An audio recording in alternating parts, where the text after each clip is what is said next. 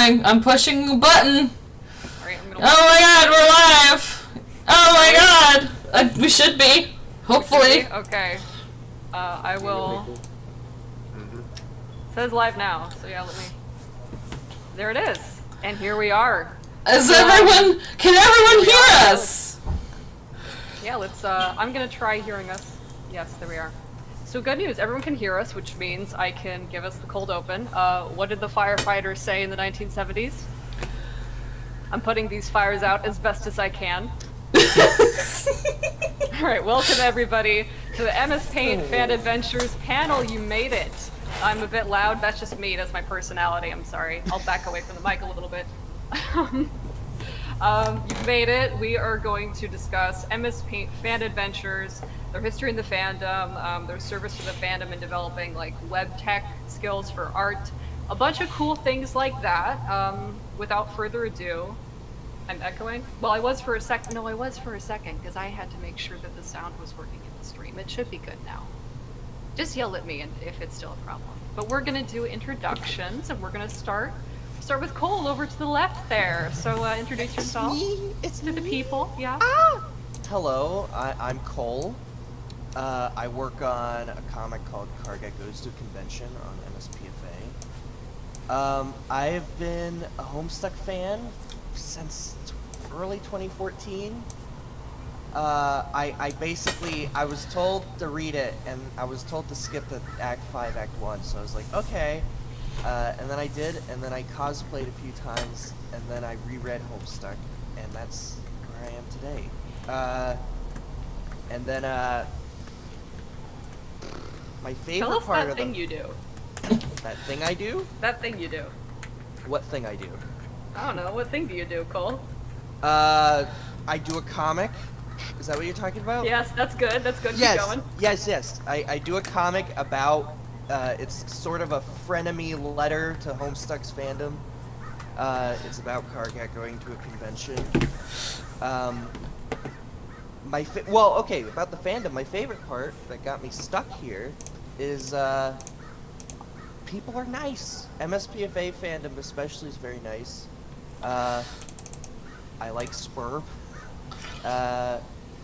And yeah, that's all I can think to say about myself. Excellent. You did a good job. Okay, Joy, it's your turn. Hi, I'm Joy. Yes, hi, I'm Joy, also known as Joyful Dreams, but just call me Joy. And I work on the comic Homestuck Act Omega, which is evidently fairly popular because it's been on the front page of MSPFA for a while. Got rightfully usurped by Fast Arrow for the #1 spot. I do not resent it. That's not sarcasm. And let's see. I have been a Homestuck fan since 2015. I started reading because my sister literally got on her hands and knees and begged me to after I'd known Homestuck for 4 years previously and refused to read it on principle. But then I love my sister, so I read it. If you could also slightly, maybe move your mic slightly away. We're getting some audio peaking for the Let me just turn myself down. How's that? Yeah. How's that sound? How are we feeling, chat? How's that work? Okay, how's this? Is this better? How's this then? This? Okay. You know what? I think that's what you all are going to get. You're Homestucks. Don't try and tell us that you haven't, experienced worse. So, okay. Good. I'm very glad it's better. Okay, there we go. I just had to turn myself down in OBS. So let's see. My sister begged me to read it, and so I did, and it was right before the Omega pause. So I only got 3 live updates before it ended. Basically, a couple, but that was that. And then for MSPFA, I started working on Act Omega a month or a couple months after that the comic ended, and I basically only use it to host stuff, and I don't really read stuff on it, so I'm not really in the MSPFA community, so to speak. So glad you guys are. Alright. Oh, and what keeps me stuck here? I'm a filthy Dirk Jake. I'm a filthy Dirk Jake. Alright. Okay. Well, I'm a Dirk and Jake liker, and I like the offers. No, that's you gotta let the people know where you stand so you can get canceled. Yep. It's an important step of running a Homestuck panel is making sure you say at least a couple things to get yourself canceled. That's what they tell you at Homestuck Panel College, which I guess I went to. Mad, it's your turn. Can you introduce yourself to the audience? Oh, sure. I'm Mad, or MadCreativity. I'm the lead programmer, only programmer for Act Omega. I also assisted on the development of Decon Reconstruction, which is the Vast Era website.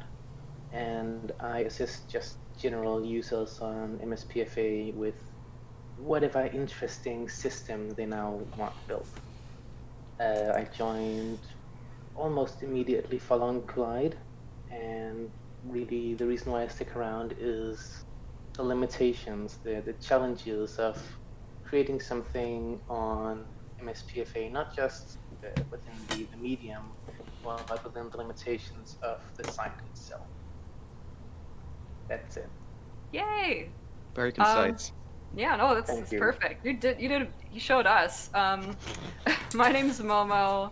I do Act 8. I also helped out with Fast Era, helped out with Act Omega a little bit.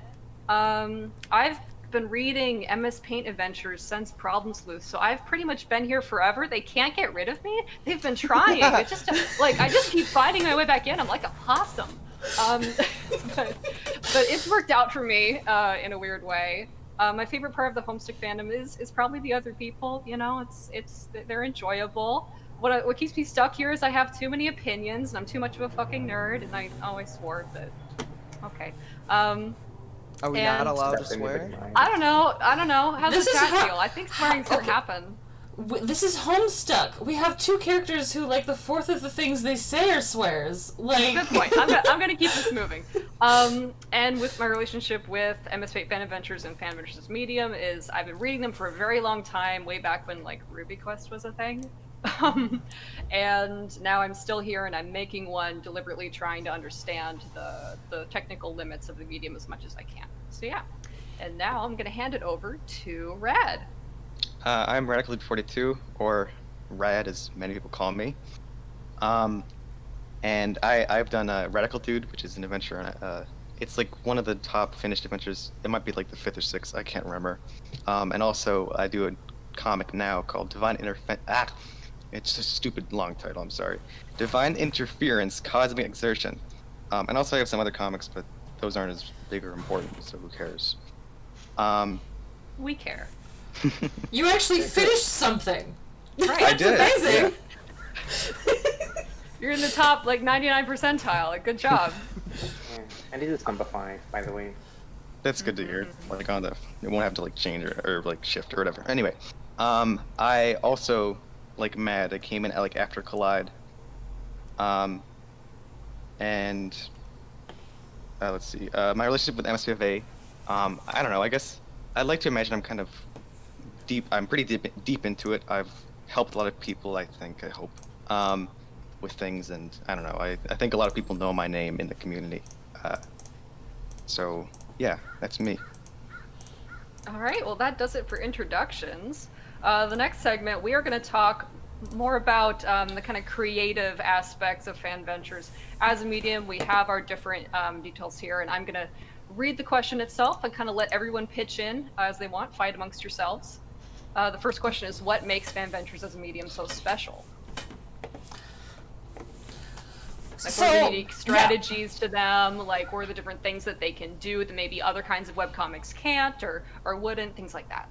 Like, I'm just gonna, like, jump in here and be, like, Homestuck and Fanventures is, like, a medium, like, they have something different from most other comics in that, like, one, instead of, like, speech bubbles or anything like that, you have, like, entire, like, script version, like, type, like, document long conversations that get, like, really in-depth, and they can be as long or as short as you need them to be, and they can be as insane and stupid or incredibly intelligent. Like, you don't have to worry about plotting dialogue onto panels. That's a huge thing. And the other thing is motion.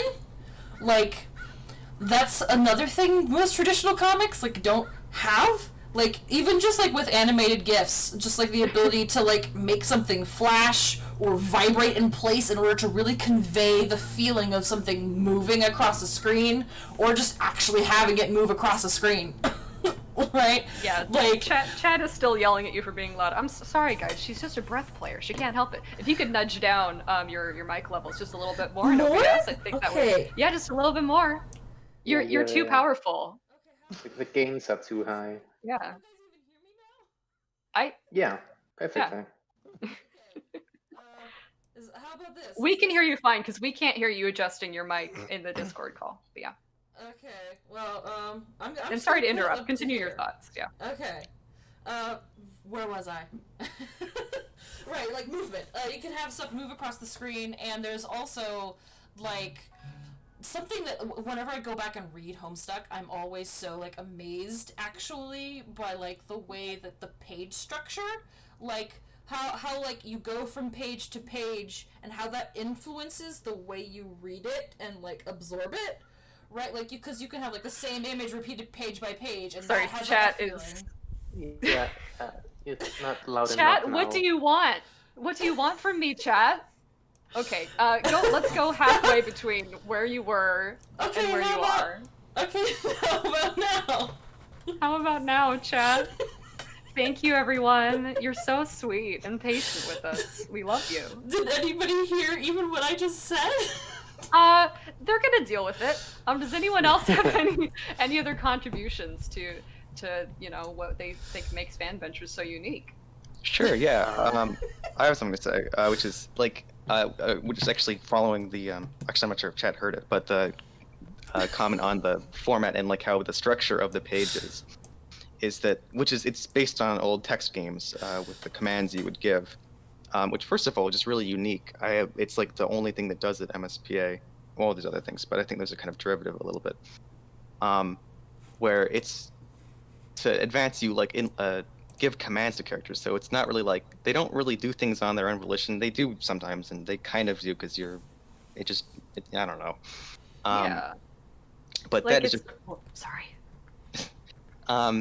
So that is already interesting on itself, and then also the fact that they were actually a lot of commands for problems with all of them, and then I don't know, for Homestuck maybe half or something, maybe more. They were user submitted, so actually, in a way, it's not just a mock game, but it is kind of really like a game because it is influenced by the readers or the players, if you will.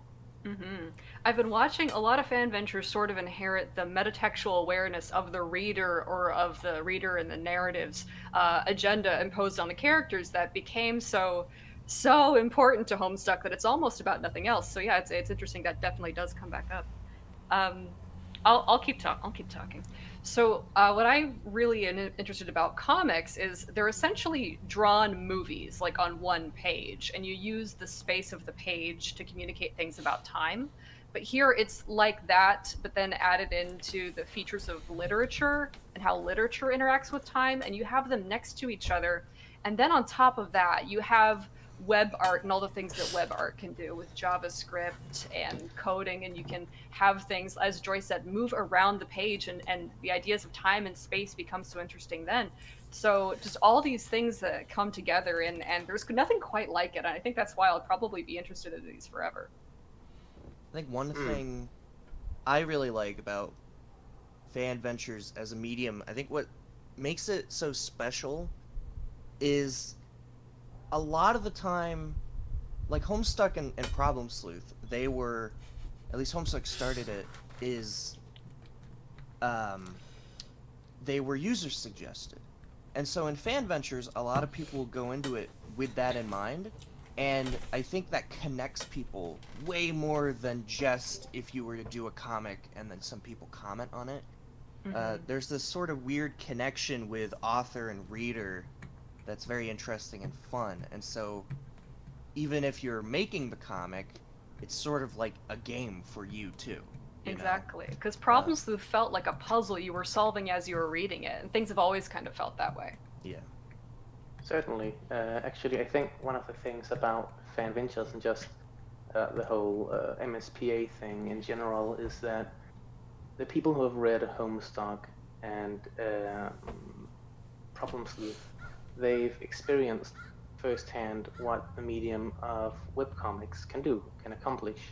While when you read other comics that are also on the web, like say the original One Punch Man webcomic or something along those lines, they don't use it to their full potential that a fanventure would, because they haven't experienced the wide variety of things that you can do when making webcomics.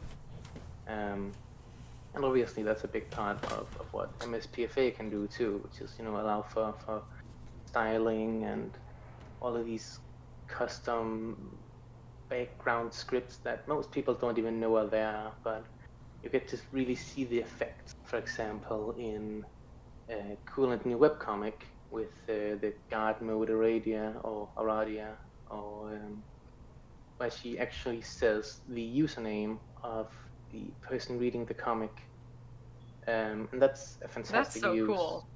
Yeah, it is. It's really, really cool, and I think that's really a big part of what you can do, and it really shows very concisely, very simply to people. They don't need to understand how it works, but when you see your username in something that's supposed to be just static text, then that really gives you a feeling of something's going on here, something that I can't see, it's something more, right?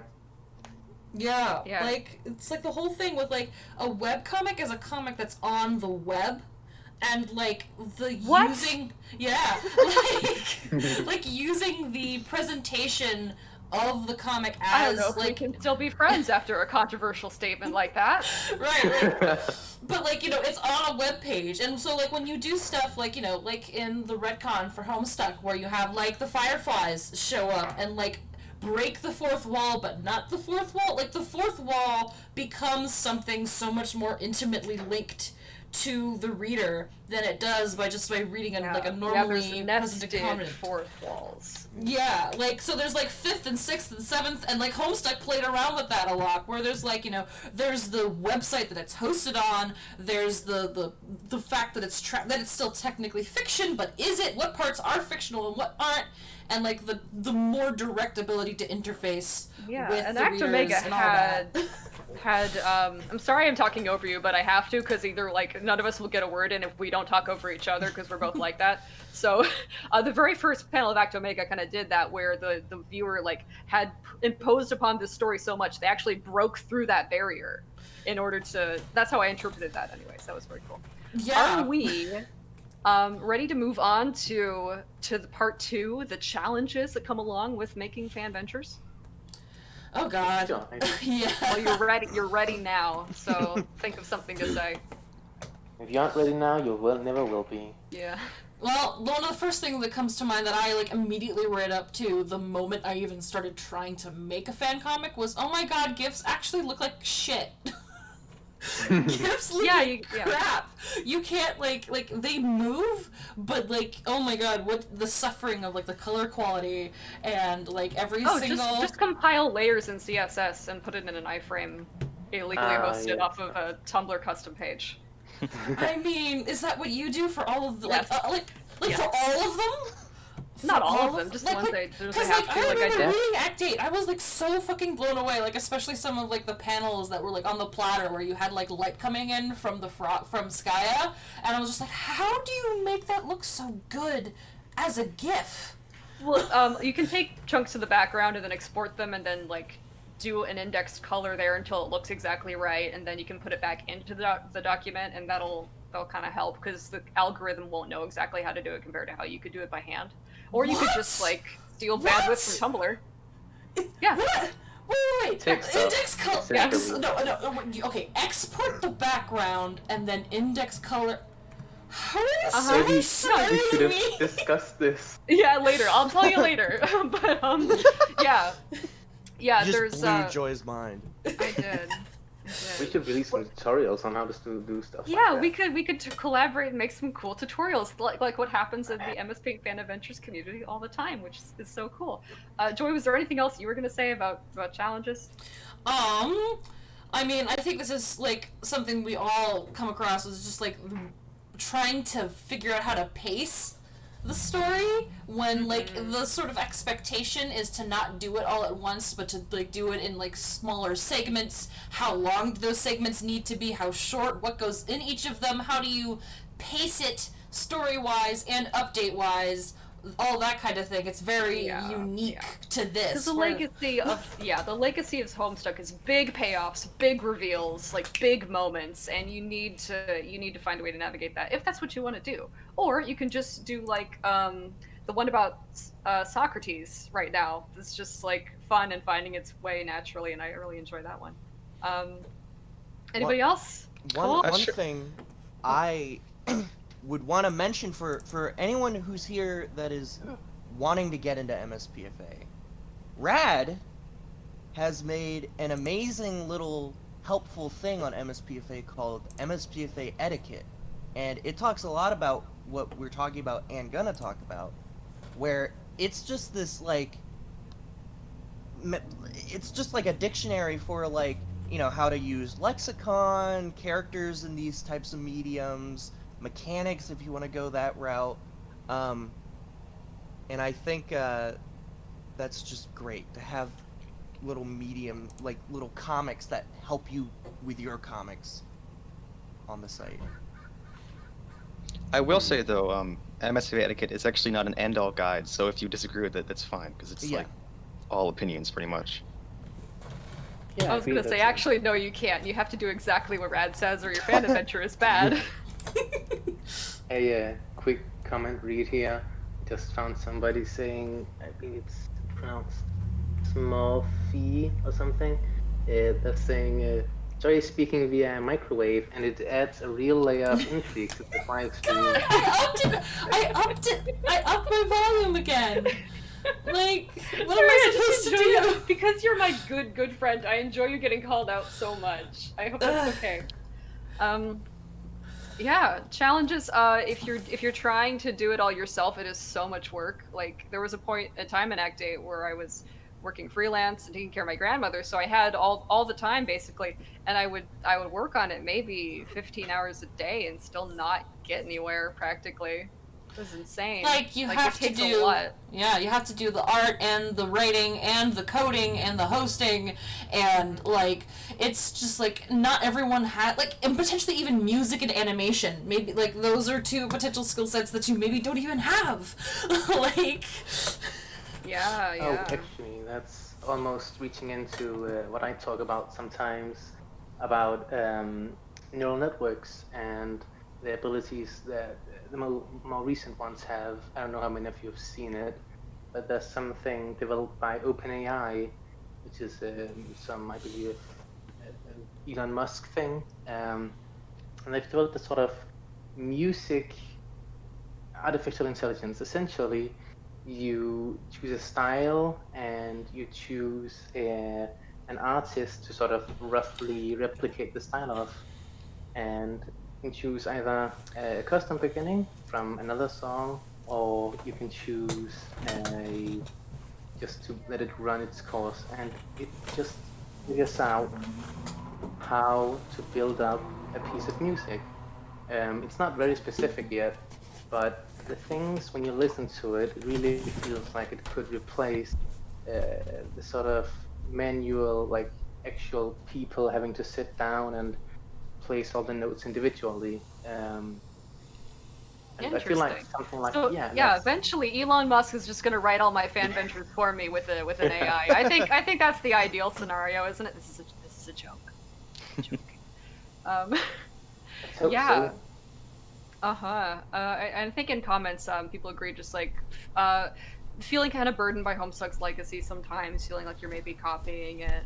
Maybe that's true because the framework was established here, but you know, it's. I think you have to work with that. If you're writing a novel, like, are you trying to be Harry Potter? Are you trying to be Frankenstein? Or are you writing a certain genre? And it is kind of a genre. So yeah, I think a lot of these are also similar to other problems, or not problems, but obstacles in any kind of fiction. Yeah, like, there's one of the other things is also, like, just trying to figure out the balance of how to present the comic. Like, you know, how many lines of Pesterlog do you have per page, right? How long is too long? How short is too short? If they're as long as mine, it's too long. Like you have you have a certain amount of dialogue that you want to get through in one update, but like, do you have like one page that's just one super duper long Pesterlog, or do you have like multiple where then you have to do more art, how what are the points in which you want to add a new panel? Like I think you mentioned that it's like, you know, any time that there's like a change in perspective or like new information or anything like that is when you want to highlight that by adding a new page, which is really it's happening. I warned you all. Because every time you have a new camera angle, you're saying something new. Every new shot is a new communication to your audience. So there's always going to have to be a motivated reason for making that cut. And so it's a lot like directing a film in a weird way, then a film with a script underneath it, but then it's also a video game, but then it's also none of those things. So, yeah. Right? Are we ready to move on to part 3? Because I'm trying to keep us on time. Yes. Okay, perfect. So now we get to talk about everybody else. We gotta stop talking about ourselves like a bunch of punks.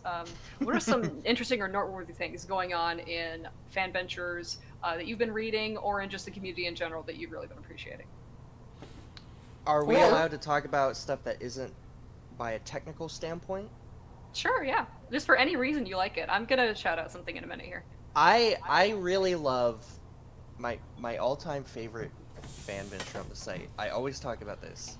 The Tapestry is this completely new take on Spurb, where it's like a different kind of Spurb, but the creator Monkcat, they do it so well that it's not like oh, they changed the code in the Frog Temple. It's not anything like that. It's just this, I don't know how to explain it. You just have to. It's great. It really feels like exploring and experiencing something new, and it's so mysterious and beautiful. And I love the way the Monkcat uses like all these different mixed media and uses the 3D art and all these other different things. It's just like, oh my god, 3D art! It makes me feel like I'm reading the 5th adventure on MSPA. Joy, you would like it because it has some Myst vibes to it. Oh my god, well I guess I'd have to read it now. And oh my god, the idea of using like 3D models and shit like that is like, oh my god, that's such a natural extension of like the whole 2D like sprite thing that Homestuck has going on, right? Like, wow, okay, I guess I have to read it. Mad's gonna say something. Speaking of 3D, I'm sure some of you have seen it. I know almost definitely Cole and Red have probably seen this. I don't know if you and Momo has. But there is an adventure called, I believe, In a Bright Room. Have either one of you read that? No, but I'm writing it down so I can look at it as soon as we're done here. So it's very intriguing. It uses it uses very basic like stick figures and quite a bit of CSS, like quite a bit, and it's quite difficult to explain what it is. I don't think it's been updated in a while, unfortunately, but the last page of currently available last time I checked was a 3D CSS based like no canvas, like it's HTML elements calculated via JavaScript and like full on I love that. To create a cube that rotates on the web That's page. The good shit. That's the good shit. I remember that. Crazy. See, that's what's so cool about Mspfa Fanventures is that it's a platform that can host CSS and JavaScript animations. You can't really find a community based around doing that sort of thing so easily. At least I haven't been able to. So it just cultivates these really cool web art that it's hard to find nerds for in other places. And that actually almost reminds me of the I keep forgetting what it's called. It's about this cat girl, and I do mean a cat person, like an anthropomorphic cat. I haven't read it, but I've seen some really, really interesting pages from it. It's not on MSPFA. That's the one set in like the Skyrim or Oblivion universe or something, isn't it? A little bit like that, yeah. Isn't it I called remember when prequel? that one. I think I Yeah, remember when I that think one started. It's really sweet. Yeah. I think it's prequel, yeah. I think Yeah. so. And I've seen some really cool pages. I haven't read it, but one of my friends linked me to a page that is just really cool. It's like you scroll and it's almost like horror terrors moving around the screen as you scroll down it. It's not horror terrors, but it looks like it. It feels like it. It's quite an incredible page. I would love to make something like that. And Yeah, it it's very really sorry. It's no very no interesting no. to see the MS Paint Adventure style move into different fandoms, into totally different projects, and then the little bits that kind of shine through. Hmm. And you see stuff from MSPFA and MSA, MSPA jumping around. Like, I don't know if it's directly inspired or influenced, but things like All Night Laundry also really good, and also not on MSPFA, but it uses an alias style at least for a while, if I remember correctly. I read a little bit of that. I liked it. I love it because it's time travel, and I love everything time travel. Um, so I would really these different things where you sort of feel the inspiration from Homestuck. It might not be directly from Homestuck, as in the people who've I'm were pushing working on those the adventures might not button. necessarily have read Homestuck, but you might have seen it just around the internet. People talking about, hey, did you know webcomics? If you use code, if you know how to program, you can make something more unique than just Reminds me of the comics and thick panel like, direction and stuff like that. that Homestuck has Um, going on, right? So really, it's Like, sort wow, of okay, I guess I have to read it. influencing Matt's more gonna than say just Speaking of the really close things, but I'm also sure some just of this you have seen genre it. I know itself. almost And now I'm completely off topic. So I'm the moderator. I get to say when you're off topic, and no, that was perfectly fine. So I'm gonna flex my authority here to say you're valid.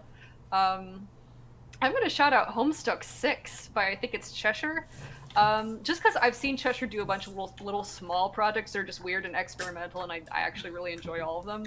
And Homestuck 6 is like, this is the funniest concept in the world to me. If a time traveler came from the future and Homestuck had like 4 more continuations, what would that be like? And at that point, you can't tell if like the art style would have just been an ironic, like deliberate choice, and it's kind of self-aware about everything.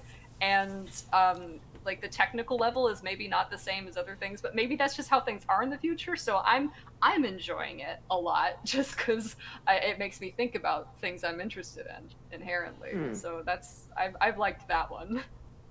that's understandable. And how about like what about some other things, like stuff that we haven't seen that we might like to, that would be cool if people did do? I would. Yeah. See, I'm not that creative, so it's hard to think of things that don't exist. I mean, as I mentioned previously, I'm a big fan of time travel personally, and I really feel like if you got somebody with enough creativity and enough programming skills, or knew somebody with enough programming skills, I really feel like you could make something mind-blowing in the time travel sort of genre of stories. I mean, imagine how you could really have your page jump around, and without a link, you just change the world around you instead of going through the adventure. So, like, say, a choose your own adventure style of thing, but when you reach the end of one path, you go back, and the entire thing is retconned somehow. Similarly to what happened in Homestuck, but on a larger scale. Chat wants me to let Cole talk. Cole, do you have anything? what? Understandable. What? I don't know. You were talking at the beginning. You recommended the tapestry. Why are they telling me to talk? I don't know. They like you more than the rest of us, clearly. That's mean, guys. Don't do That's that. mean, Let guys. Mad continue. Yeah. I was listening to Mad. That is right, because I want to see user input and things like that, and just the interactivity and the way you can display things with all those resources. I would love to do that, use it in a time travel story. You're absolutely right. Yeah, and like doing something that has like more direct, like, you know, interaction with the reader, and not in just a, you know, directly with the author kind of interaction, but like where maybe if you input a command, then it just like automatically does something with the command that you put in somehow. That reminds me of the. Oh, actually, when you say somehow, sorry to go slightly off topic again, and also to talk about neural networks again, but there does exist something. I forgot what it's called. I think it's called AI Dungeon or something along those lines. And that is something you should try to watch videos of that. It's a neural network trained on like a bunch of, I think, choose your own adventure style things or something along those lines. And essentially, you just type in something like, say, blah, blah, blah.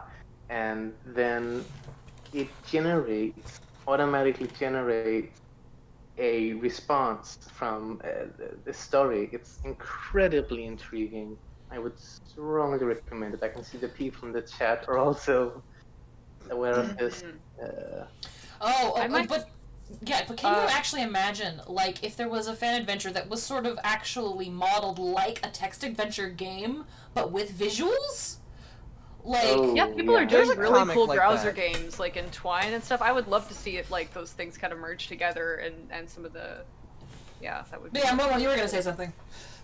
I forgot. I think it was gonna prompt Red if Red had anything to contribute to Note 3 before we either briefly go on to Note 4, or maybe we have a half hour left if we want to dedicate the rest of that to talking about Flash. No, we have an hour and a half. This is an hour and a half panel. Oh, an hour and a half? Whoa! Okay, Yeah, cool. it's an hour We're and a really half. good for time then. Shit, we Yeah, can talk about no whatever worries. we want. I've been doing a great job. Okay. I actually Oh, do Red. have. Yes. Nice. When we were actually talking about the adventures not on MSPFA, and also technical or like new technical things, which I'd like to, I guess, mention. Oddly Collector's Mr. Tambourine Man, which I'm sure a lot of people have heard of. Oh, yeah. shit, Oh, Mr. Tambourine yeah. Man! I forgot about that. So good. That one's excellent. So good. Yeah.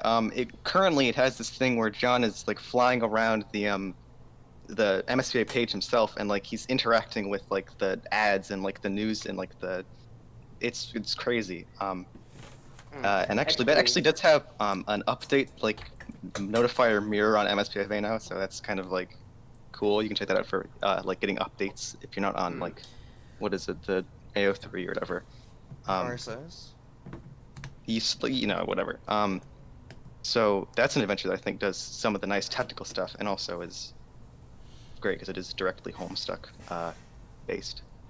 Certainly. It does do technical stuff. If you've seen like the third most recent update or so, there's a giant circle, and when you put your Yeah, the mouse- hyperbolic plane. Yeah. If you don't like the direction the story is going in, you can change it here. It's just like- Yeah, it's really good. Genius. I love Mr. Tambourine Man. Mm-hmm. I mean, I'm.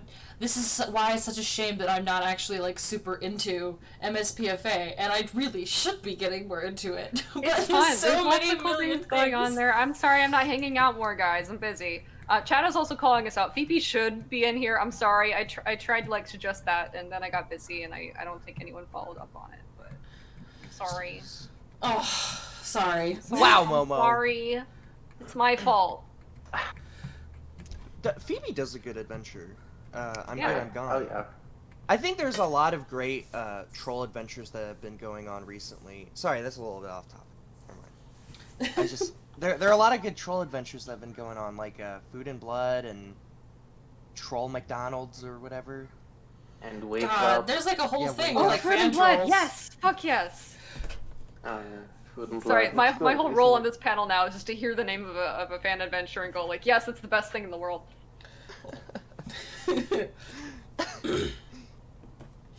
I really like Kitty Quest. I really like Kitty Quest.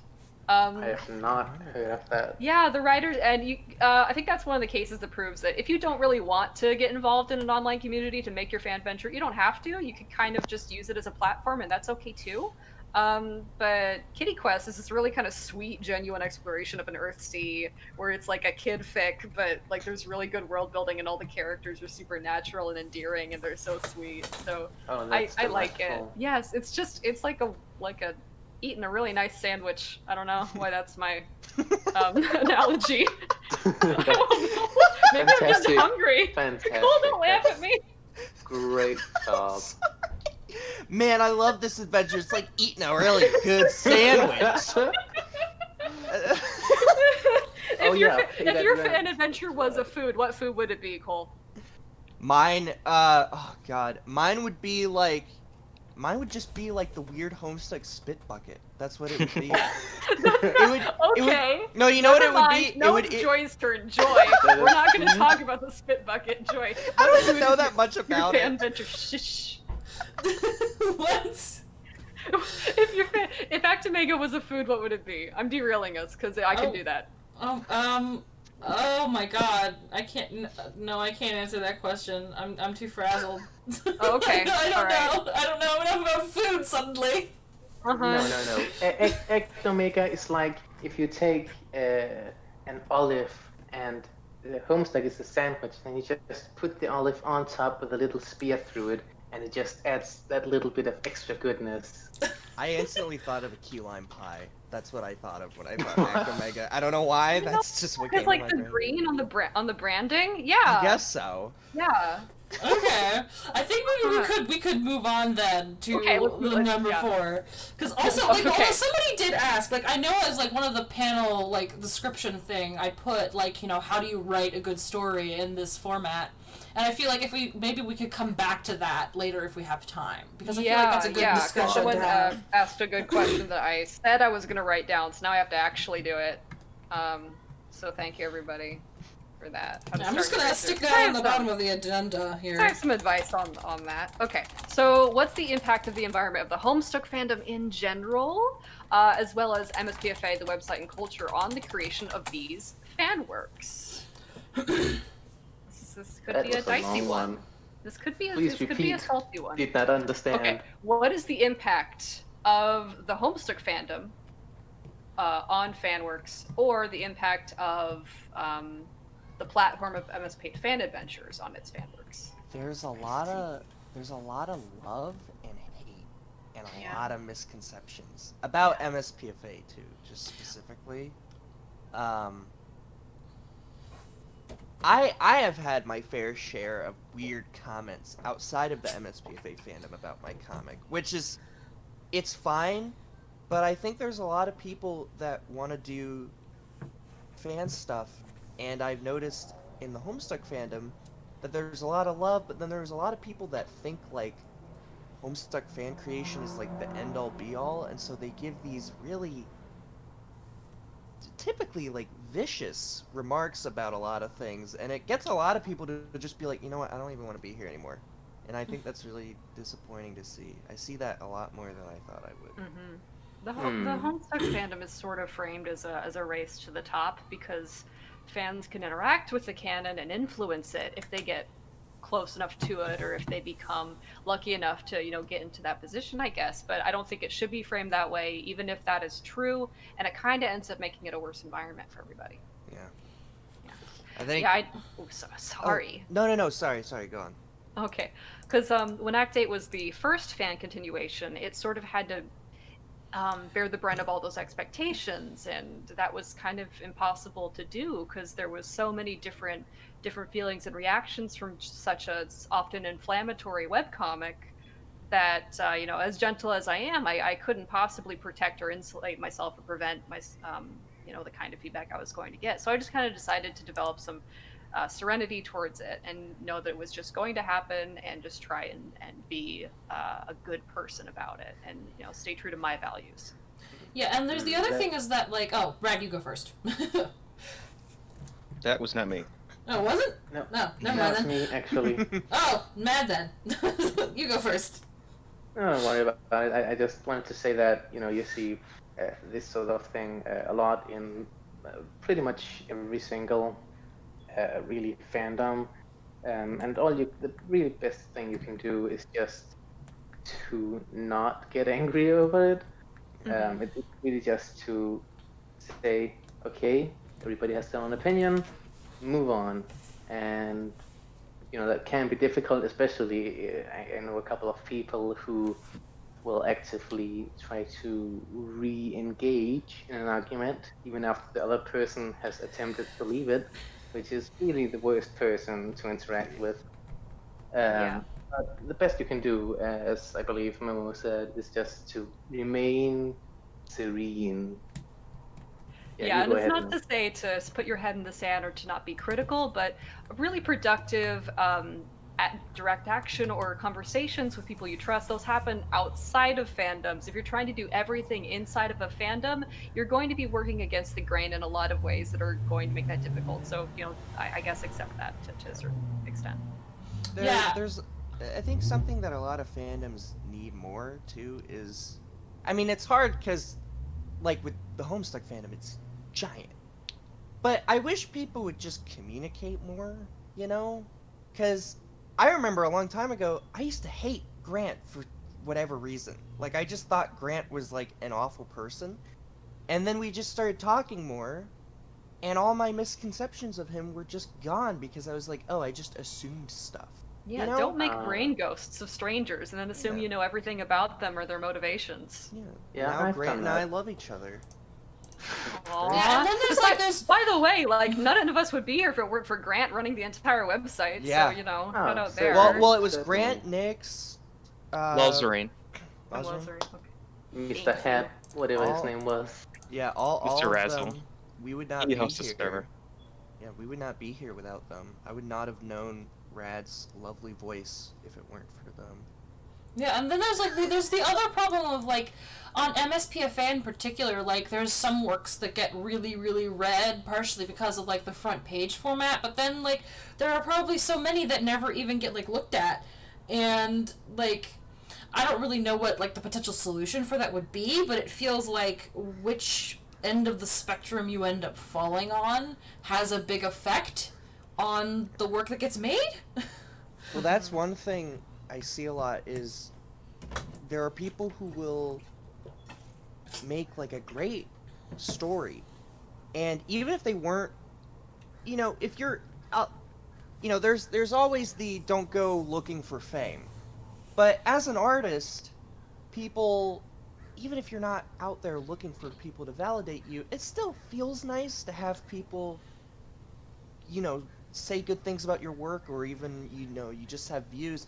I think there's a lot of great adventures that start and then sort of die off because the author would get discouraged over not a lot of people are seeing it, why am I doing it, I'm bored now.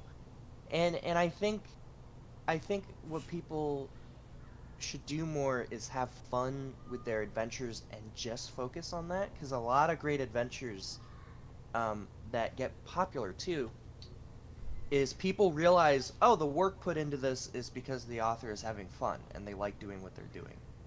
And I think that shows, even if it's just a little bit of a subconscious nudge. I think that's God. I agree with that.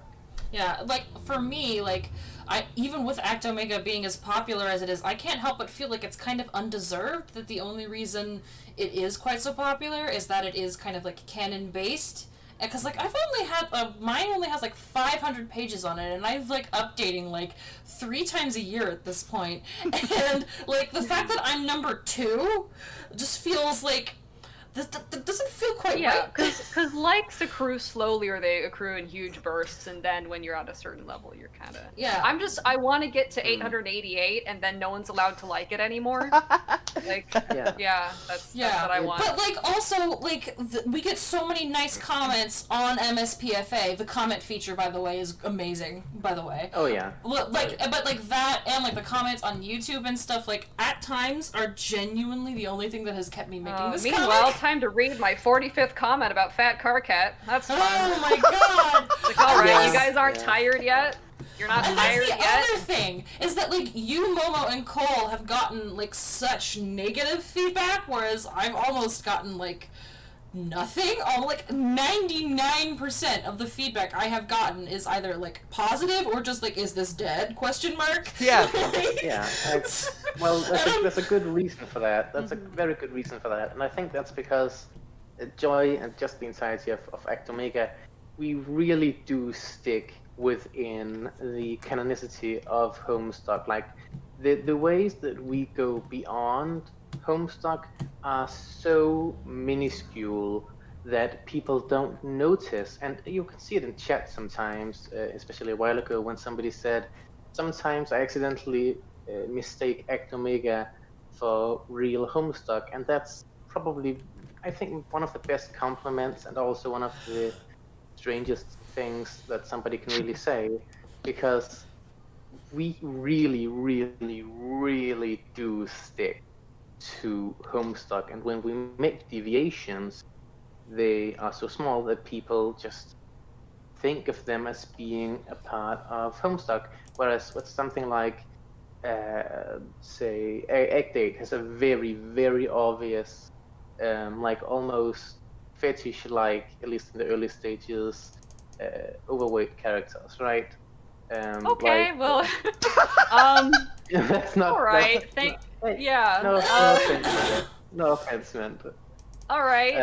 But it's more No, obvious. what I wanted to do with Act 8 was kind of make it very clear that this isn't Hussey's Homestuck, and it wouldn't be unless he came back, which he did, and then we saw what that was like. So I mean, Yeah, no, yeah. So I've always been very accountable for the decisions I kind of make, and I've always kind of made them consciously of kind of what was going to happen and how they were going to receive, and I still stand by them. If there's anything I didn't stand by, I wouldn't leave it up. With that note, are we about ready for segment 3? Because I did let you guys go about 5 minutes over, but we were trying to save, I guess, another 45 minutes for the more technical and practical discussion of the segment. God, yeah, which is like, how the fuck do you make a fan venture? Yeah, how do you do that? So the first question is, what is your approach towards creating your overall work and each individual update? And what are the pros and cons, I guess we'll assess amongst each other, of the different approaches? I have the shittiest approach to updating whatsoever. I mean, I disagree. Because you actually update, so that's it. Like, well, here's the thing. I planned out. I planned out everything in my Karkat comic pretty much before I posted the first page. So I had all the flashes choreographed in my head. I had the main plot points. But I don't write shit down, which, to anyone listening, do that. Write your stuff down. Second is... Well, they have to write it down to put it on the internet, Cole. That's what the little text entry window is for. Have you not been using that? How have you been posting? No, but the other thing is not so recently, but I used to update my comic either every day or every other day, with typically like 3 to 5 pages. How? And, well, here's the thing, is I have a lot of free time, and I would do it that day. So I would draw it all that day, write it all, and then just post it, because I don't have patience. And I think, I don't know, I have no patience, and I have a lot of free time. Don't do that, though. And the reason is because a lot of the art, for example, in my comic is, I'm not Andrew Hussey. So I can't make, and this isn't self-deprecation, but I can't make it's a compliment. Sorry, I shouldn't say that. But... Well, no, I can't, like, in one day make 5 beautifully crafted panels. So when you look at my comic, you're like, wow, that Karkat, why does he look like that?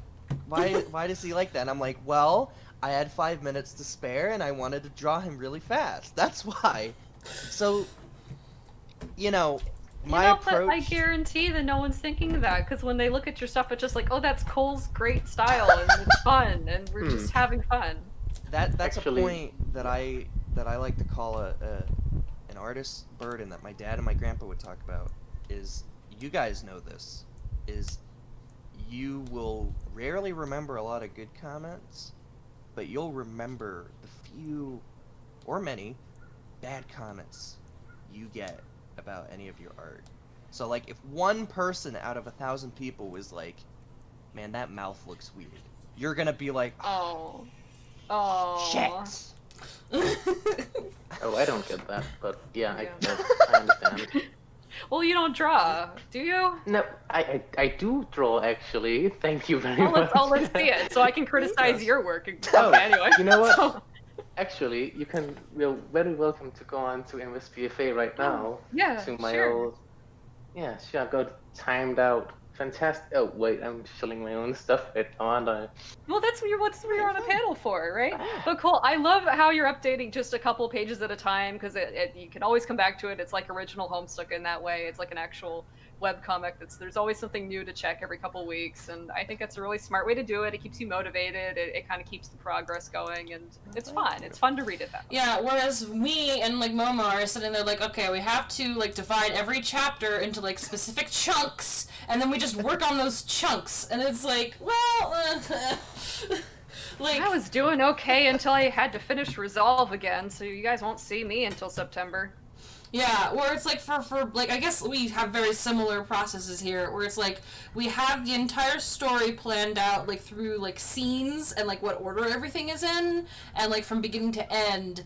But like at least for me, I have like the stuff later on is more fuzzy, and like as I go, I like fill in the details like as I get closer, and then I'm like, okay, here's a scene, and then I break that scene down into like things that happened in that scene, and then like, okay, we have to have this many pages to get to this point, this many pages to get to this point, and then I'm like, by the end of it, I'm like, oh god, there's 50 pages in this scene. I can't do 50 pages in one update, so like how many pages is reasonable for one update? And then I'm like, okay, maybe 10 here, 15 Yeah, here. I like cutting scenes on dramatic moments if I can, or places where it kind of makes sense. Or if it's just part of the joke. Yeah, exactly. Yeah. Right? So, like, and then I'm like, okay, then I just sort of restructure things a little bit to, like, you know, make sure that, like, they go on those, like, update cutoff points a little bit better, either with a cliffhanger or something that makes sense to end on. And then I just, like, then I write it and draw it, and yeah, that's, like, how that goes. And I don't know if maybe my way of doing that is what partially contributes to all this bloat that I'm getting with a lot of the story. Like, I'm wondering if I need to, like, try a different approach in order to get things to move along a bit better once Act 1 is done. Like...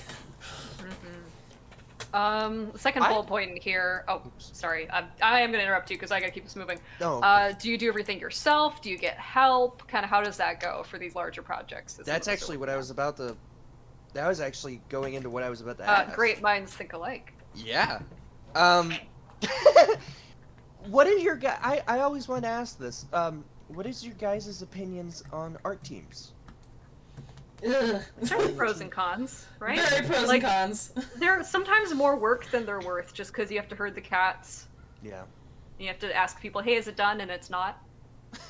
Yeah. Right?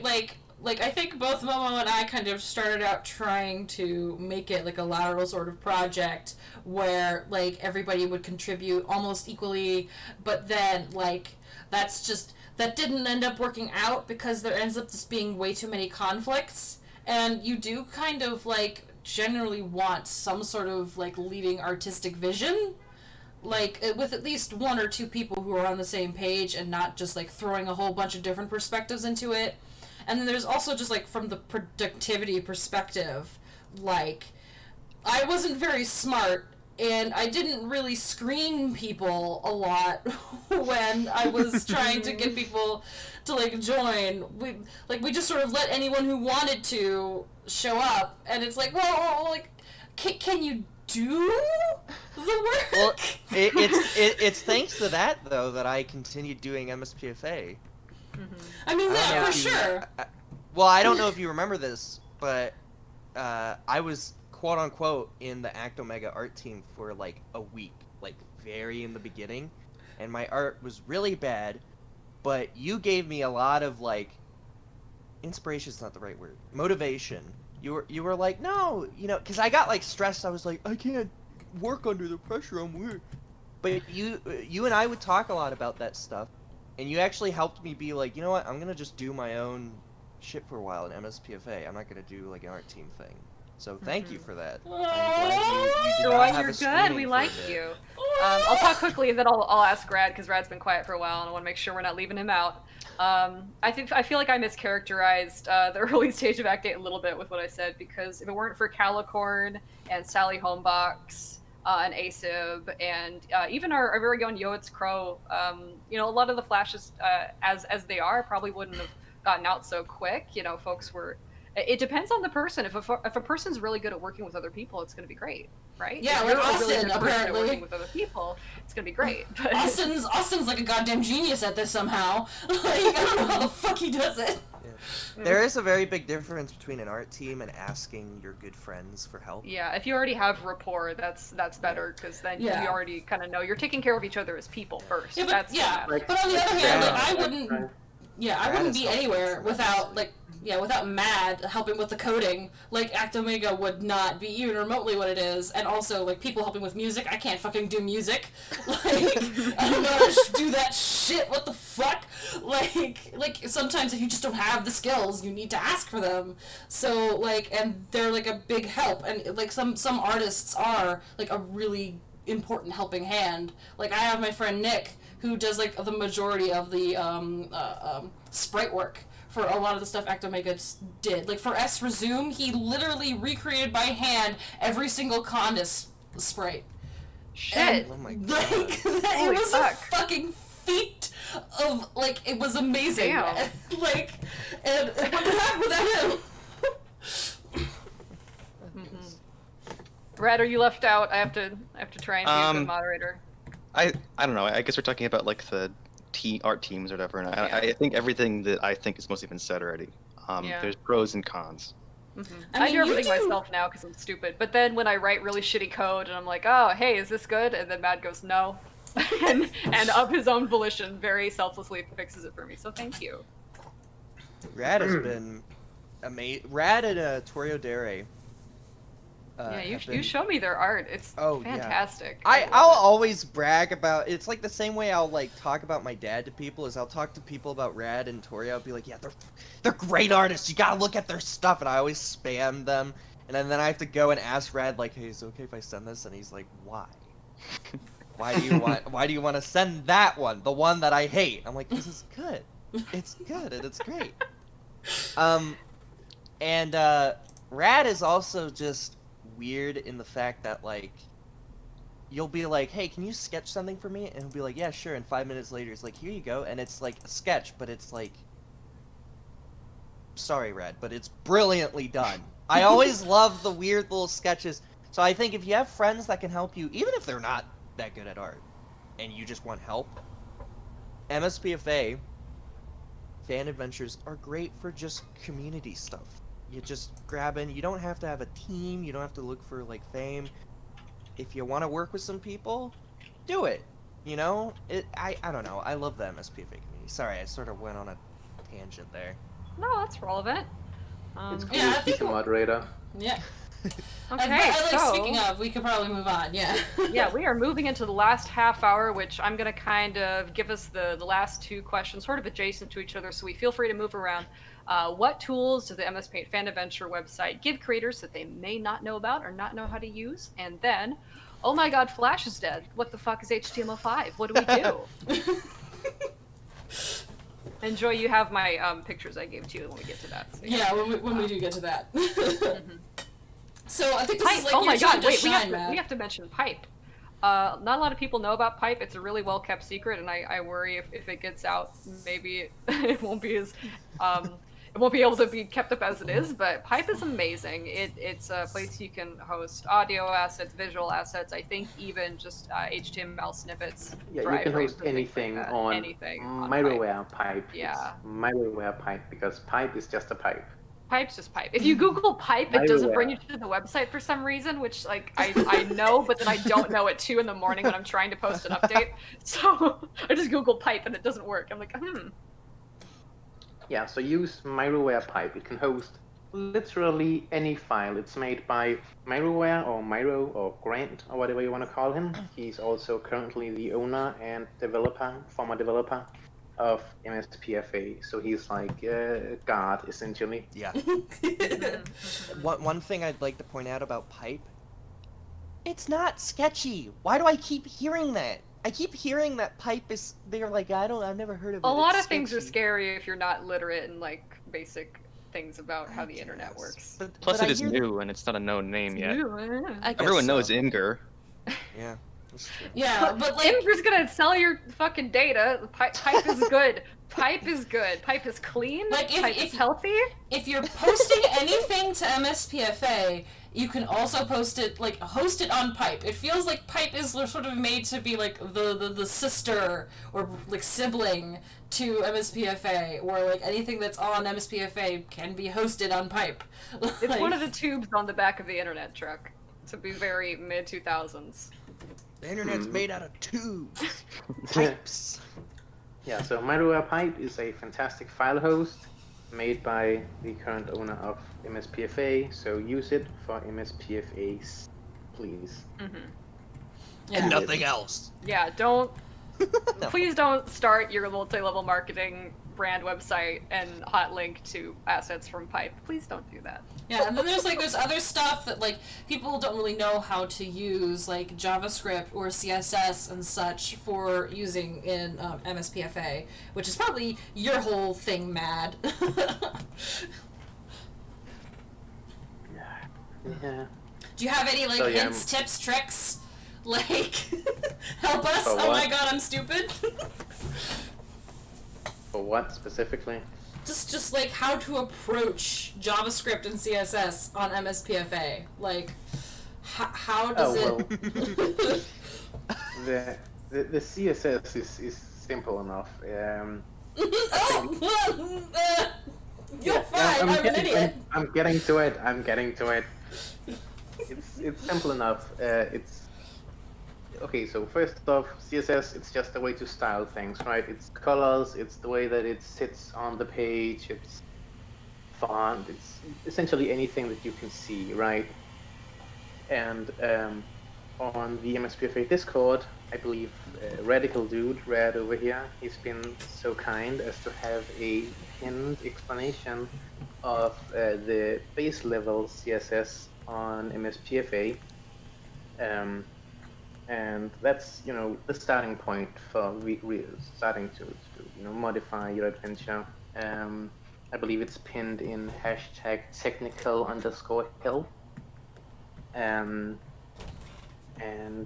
let's see, the JavaScript part, well, you can't really do JavaScript without knowing JavaScript, unfortunately.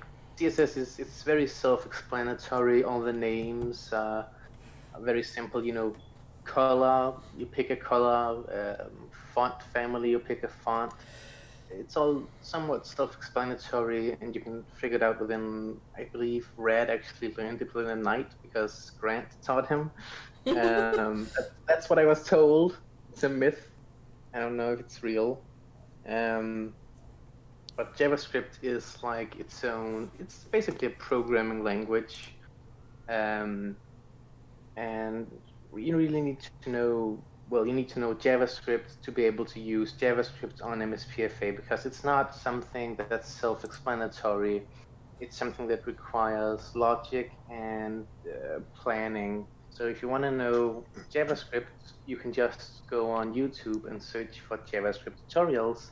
And I'm sure there's a Learn JavaScript in 3 hours with no ads, video.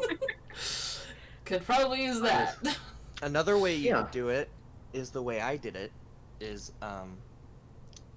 this is a surefire way. Is first you become really good friends with Grant, and then anytime you want a JavaScript thing, you just go, hey Grant, how would you do this? And he's like, you do it like that, and I'm like, oh, could you do it for me?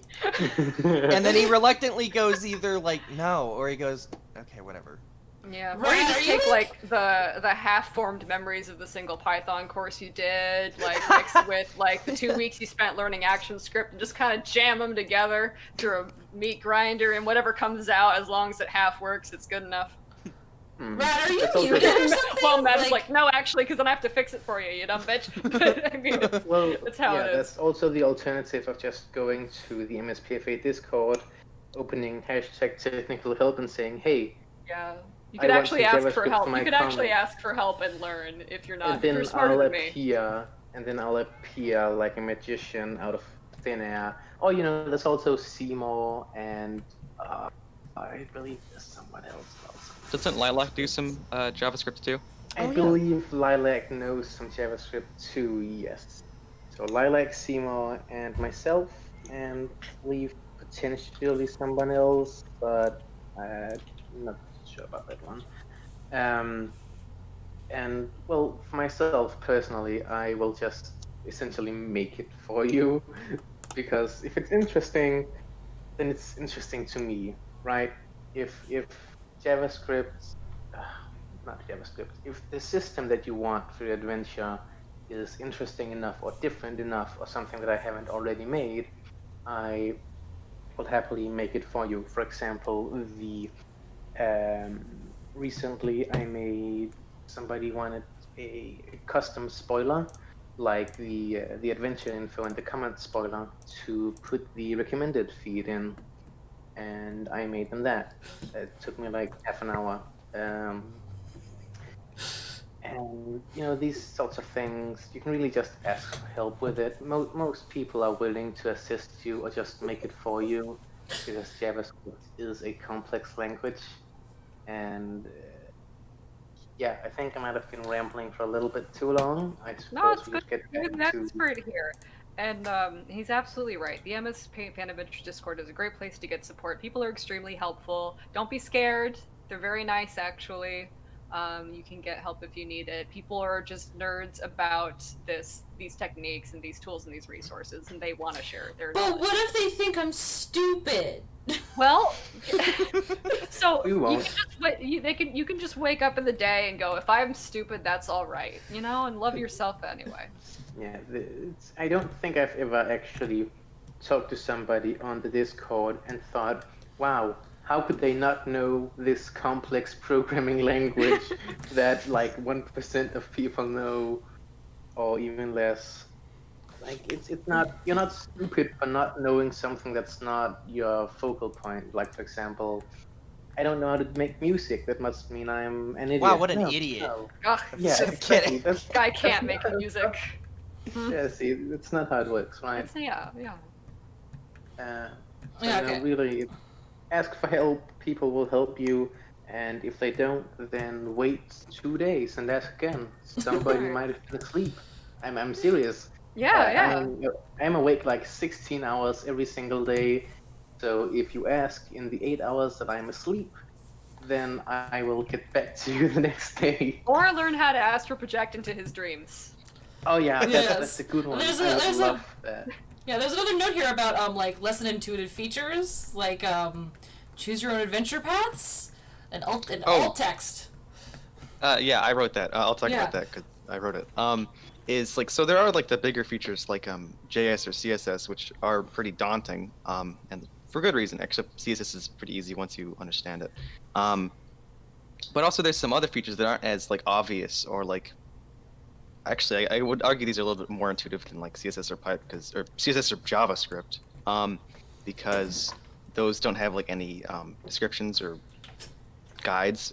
Nothing really has a guide on MSFA, sadly. But some things are like obvious, like you press the spoiler button to make a spoiler, whatever.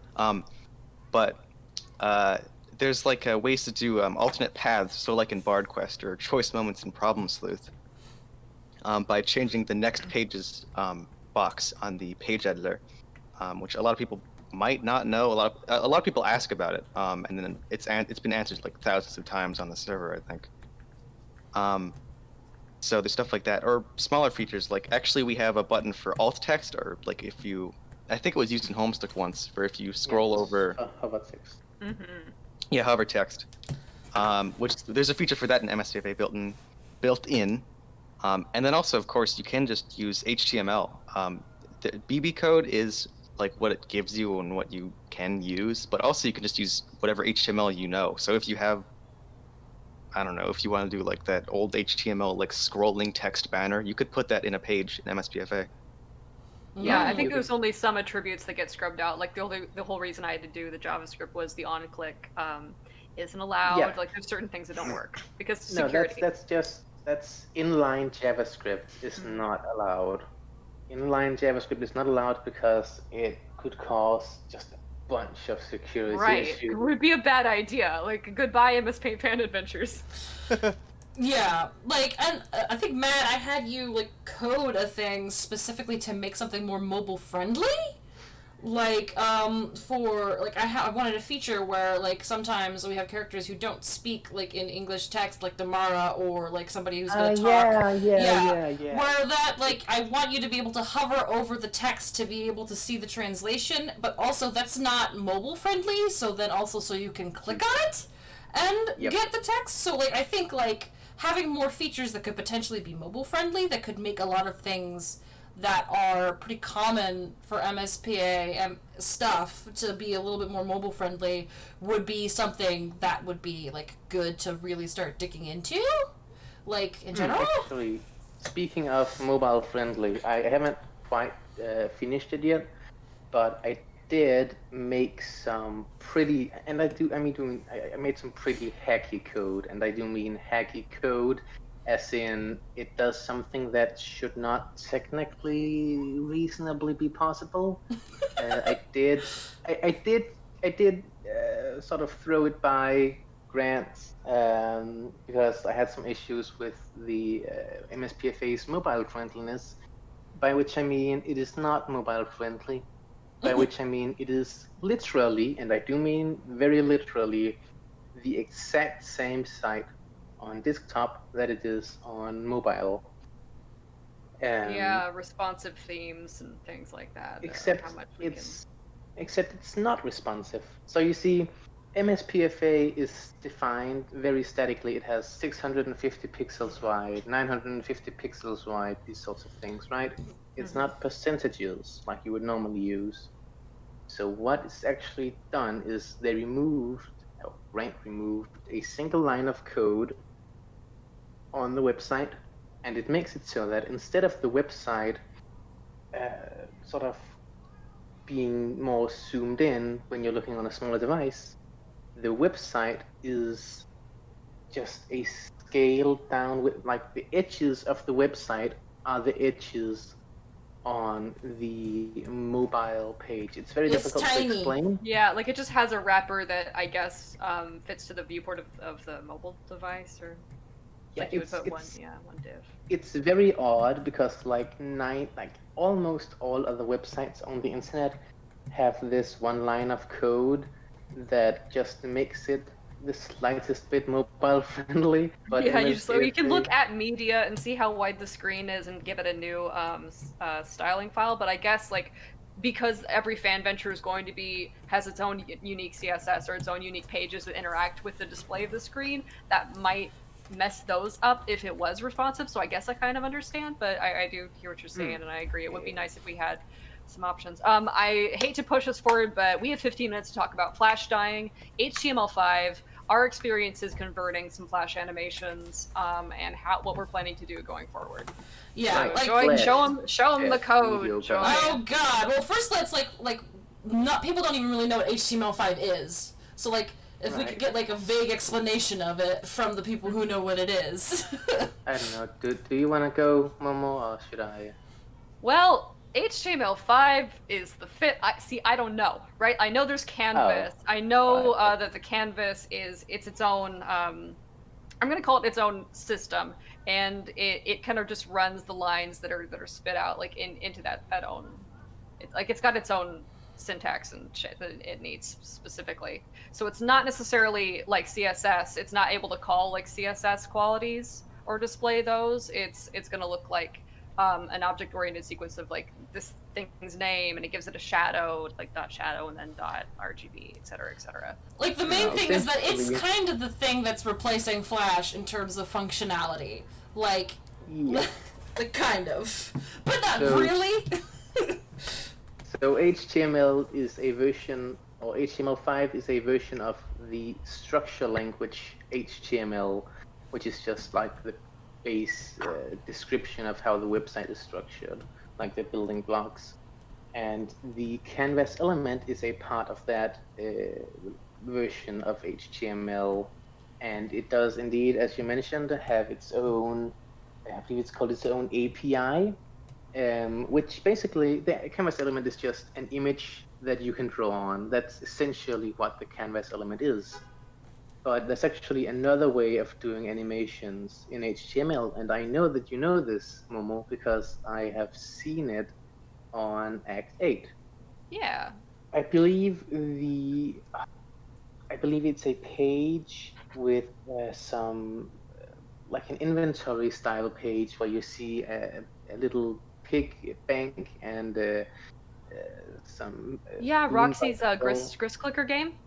Yeah, yeah, I believe that's the one. Yeah, That that's all one's just made what. Yeah, just exactly with that HTML and CSS and JavaScript and an iframe. Yeah. precisely. That's just HTML, and that's another way of doing it. So you can either use the HTML5 canvas, which is some complex Like the drawing. HTML5, like there's like Flash, like the program, like more recent versions of like Animate CC have a version of an HTML5 canvas that you can work on that has a more traditional like Flash like workflow, but like exporting to an HTML5 thing is not as intuitive as doing a Flash animation like, was. You could sit down and maybe write some stuff into Canvas to make some simple animations happen, but if you wanted to do something like a Homestuck level Flash animation, you're still going to be working in Adobe Animate and then exporting. But the good news is once you do that, the code it spits out is human editable and readable, so you can go in there and make adjustments, because what we're finding is these exports aren't able to recreate all the things that you could do in Adobe Flash. There are certain visual effects it can't do. It can't do color shifts. It can't do what else was it having trouble with?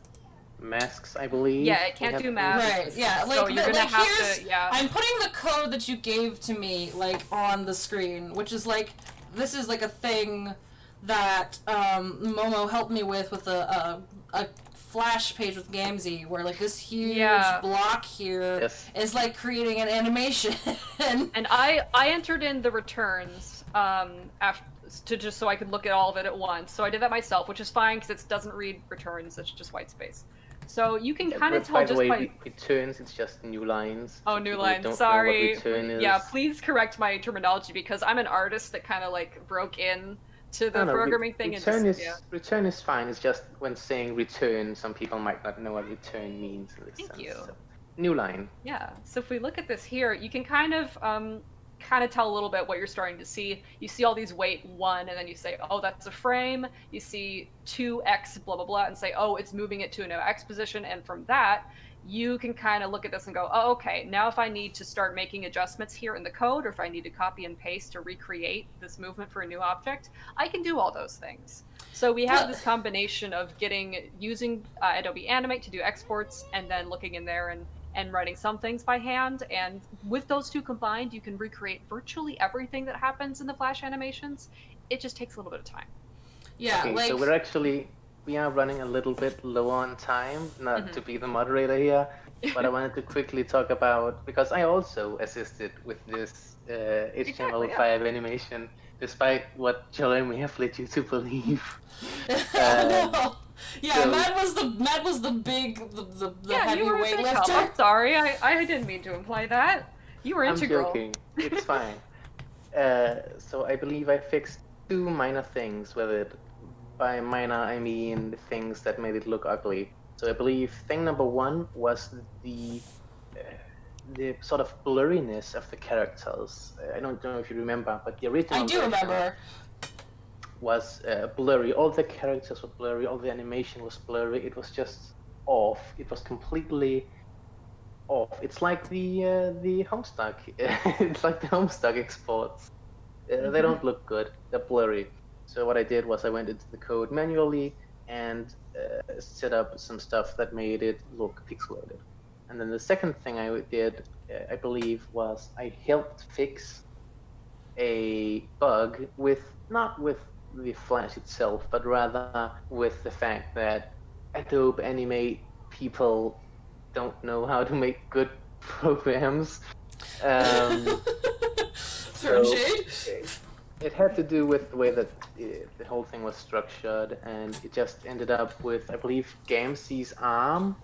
When the flash was reloaded, it would go sort of choppy. It would start in an incorrect position, then jump back, and then it kept moving like a frame forward and forward because it somehow got left out of like the restart loop, or it was the math was wrong, so it was just like getting n+1 every single time the thing right. would And play. also to clarify, because somebody in chat is also clarifying for me, because I forgot to clarify, HTML5 in this case, we are discussing JavaScript because of the HTML5 canvas. What you're looking at right now on the screen is JavaScript.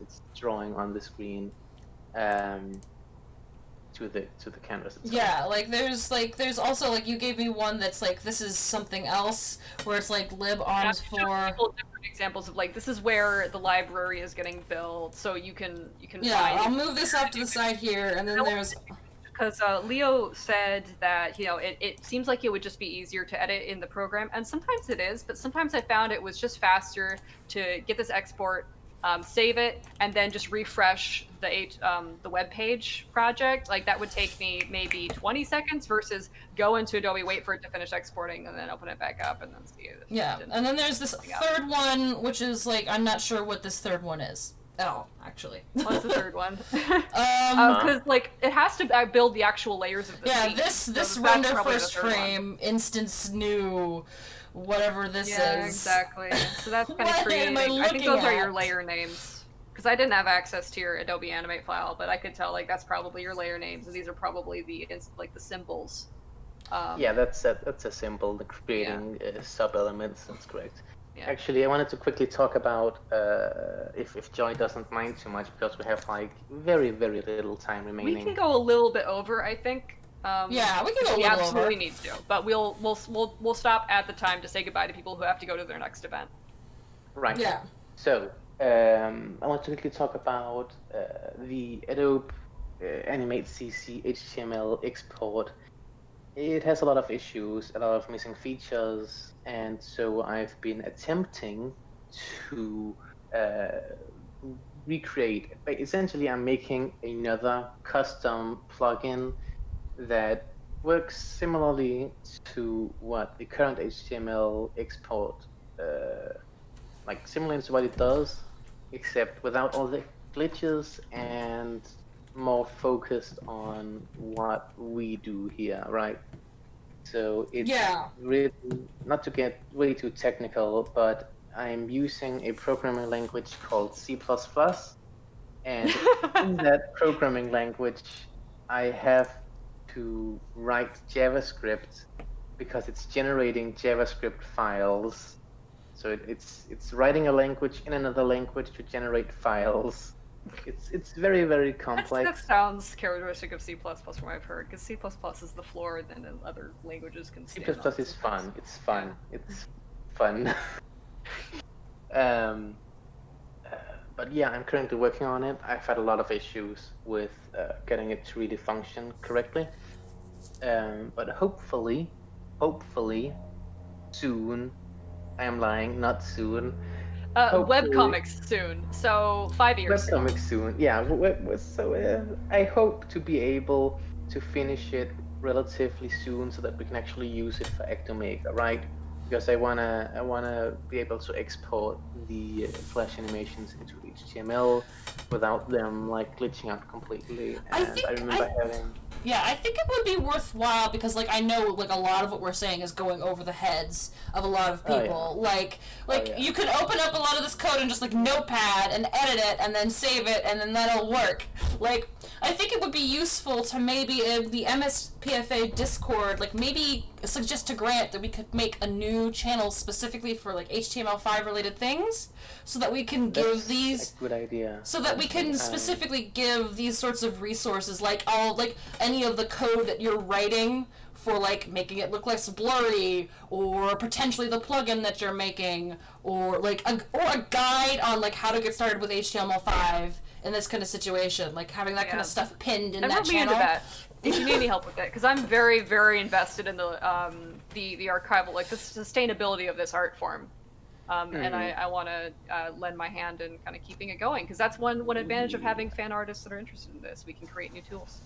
The only thing to say about this is, okay, so to create this plugin for Adobe Animate, I'm using the official Adobe Animate sample code, which is a couple of thousand, like several thousand lines of code in C++, and it's very complex. Yeah, it's very complex. And outdated. A lot of this stuff isn't entry level, so don't worry if it's above you right now, the listeners at home, because you've got kind of pioneers out here who are hopefully going to create more tools and I am trying. The biggest issue right now is the fact that I'm trying to build a feature that is not included in this sample code, which is, you guess what it is? It's masks. Oh It's my god! Masks. Ooh. The masks. That's gonna be tough. You're gonna have to like draw a polygon. I don't even want to think about it. But before we hit that 2:30, I just want to say thank you everybody for coming. If you have to go to get to the next panel, please do. I'm gonna take a quick look and see who is after us today.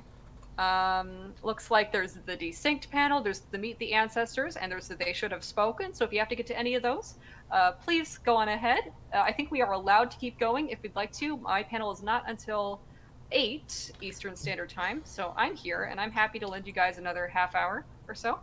Yeah.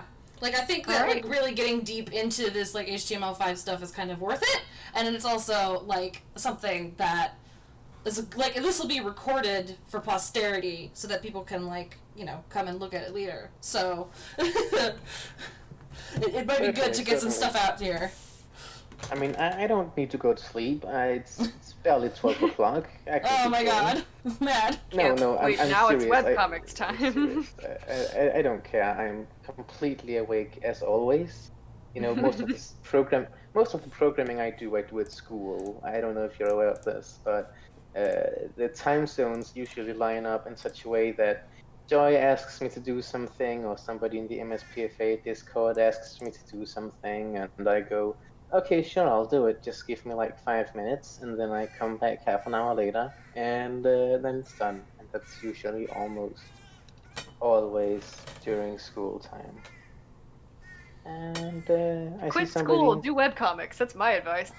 Yeah, see, you say that, but one, no webcomics. I'm working on a video game, and two, my education is in web development. Which I already know how to do. So it's all school. It's the school of life.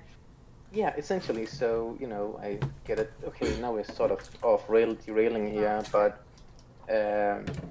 yeah, it's not really a learning thing. It's just there for the paper, and because, you know, I'm at school, so I don't feel like I'm wasting time. Yeah. Thank you for how much you've helped Joy and I, though. It's really appreciated. I think you're, like, literally, like, one of the most important resources the entire community has. Like, well, that's a bit of an overstatement. No, I'm not even a little bit of an overstatement, my dude. Like, you make things, like, doable. like you enable so many people to be able to, like, enact their creative visions in a way that would be literally impossible without you. Like, I don't think that there's... That is correct. See? Flatter yourself a little bit. Cole and Rad have been quiet. Do you guys have any questions or anything? I don't know anything about HTML5. Oh, okay. We're happy to have you anyway. Yeah. Yay. My workaround to Flash dying has been, oh, okay, I guess I'll just make Flash and then turn it into a MP4 and put it on YouTube. Yeah, but they look so good and crisp as like flashes. So You I can want to make save it- your flashes. You can If I make it can. crisp, actually. No, I'm so Swift- picky. Like, you can only make it kind of crisp. It's still video. It's not the same. And, like, you gotta can't turn up have the interactive frame rate. elements with a YouTube video is the main thing. Like... Except, regarding interactive elements of YouTube videos, we have tried that. Do you remember, Joy? Do you remember when I tried that? I had like How'd it go? a 2-3 week period where I attempted to use videos and JavaScript timing and a bunch of different stuff. Oh, is that Um, like for the HTML for the new version of the Vriska Wake Flash? I did try that, yes, but I don't know if you recall, Joy, but ran into a bit of an issue with jumping through videos, and I've tried like 20 different things by now to get rid of Flash and get HTML in there. But we've run into issues along the way. That one of the ones with the videos here was that whenever you jump in a video, like through JavaScript to another point in the video, then there's a slight, like one frame of either white or a repeat of the previous frame, and all loops are immediately broken. So that was Oh my also painful. god! Do we want to So take a question or two? Are we about maybe done with it? I just want to do some questions before we wrap up. Yeah, why don't we do I that, saw honestly? some people in Okay. chat. Yeah. And if you Questions. guys want to learn more, you can always go to the Discord and the wonderful resources there. And maybe I'll try and collect some links from all of our hosts here together. And maybe Joy can put those into the description of the video later, and they'll be there for posterity. Yeah, I will do that. So the first question we got that I wrote down and immediately lost because I'm a disaster was how do you recommend starting and like keeping with and completing a fan adventure? Wait, what was the question again? Let me scroll up so I can find it. Someone posted just like keeping with it, actually finishing it, actually completing things, staying productive. I believe was the essence of the question. Well, we're gonna have Rad about that. He's the only one who's finished anything. Rad, help us. Well, actually, I was thinking about talking about this kind of stuff earlier. But for like going through with an adventure, that's not really relevant. I don't know. I think it has to do with no, that's a terrible answer. I can't say it, just luck. I don't know. I mean, I think with any artist thing or really any creative job, or actually lots of jobs, even the non-creative ones, just like being really, oh God, what's the word? Just like keep on doing it and like constantly working on it. Well, that's probably bad advice also. God, I don't have a good answer to this. Persistent? It's yeah, keep being persistent with things. I think like there was a time where when I was working on Radical Dude, which is the finished adventure, so it's the one that we should think about here. I think I just like work on it like every day. And I was like, God, how old was I? I was in like middle school or something. You a Oh my baby. god, it's babies. It's babies in here. So I had lots of free time. So I guess it's a matter of finding free time and also, well, this isn't necessarily relevant. I want to mention it because I didn't earlier and I feel I should. Is that something that Andrew did? I imagine on purpose. I can't know for sure, but I can't imagine it any other way.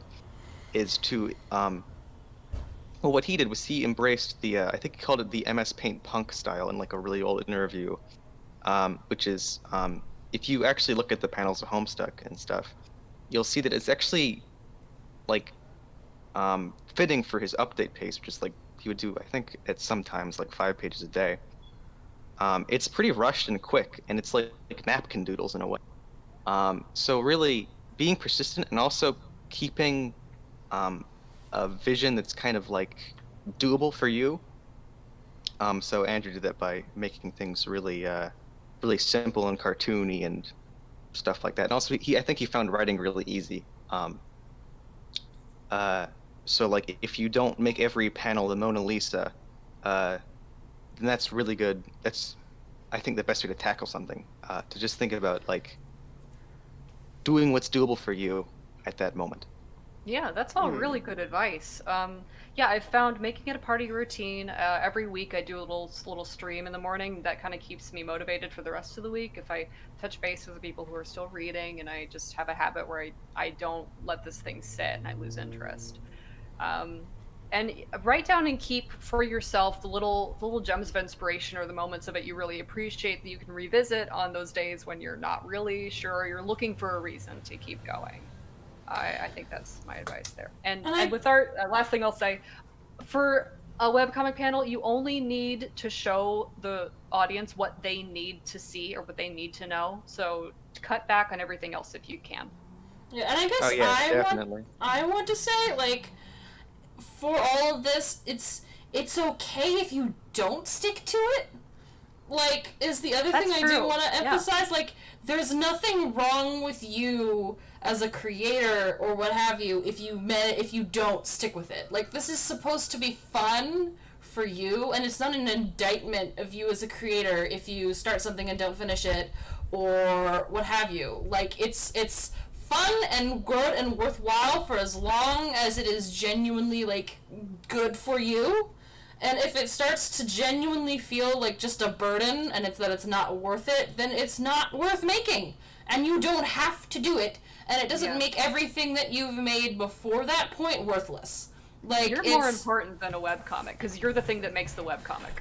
Also, if you're a creator of things and you're doing MSPFA stuff as starting off, don't. I might be wrong in thinking this, but don't go into MSPFA thinking that, like, you should have whatever you make be your magnum opus. Because you don't want your magnum opus to be, like, on a fan comic site, you know? Like, I would hate it if I grew up and I made a lot of shit and people were like, oh, you're the Karkat convention guy. I'm like, fucking... No, don't... I just... Don't put pressure on yourself that shouldn't be there. You know? Agreed. It's webcomics. Like, keep some perspective. I agree with If that. you're not And having also... fun... Oh, sorry, go on. No, I mean, you were talking, it's fine. I was just gonna say, if you're not having fun, don't do it, you know? And, like, there's definitely something to be said about being persistent with something, but also, like, you don't want to burn yourself out either. So, like, if you do need to take a break from something, if it's weighing on you a lot and you're not, like, enjoying it, but you do still want to finish it, like I'm having problems with right now, like, it's okay to try and put it down for a while before you start feeling overwhelmed. Like, I took a break for 2.5 years. I mean, there were material circumstances that demanded that. I'll talk more about that in my panel, but, like, I just physically couldn't because of the situation I was in. But you can prioritize. You can always come back to things later if there's a reason, if there's a good motivated reason for you to change your mind. Yeah, like, I'm picking up a fanfic that I dropped 2 years ago just because I was like, oh, I nearly finished 95% of this chapter, but I never posted it, so I guess, and I also have this extremely detailed outline I never even remembered writing, so I might as well.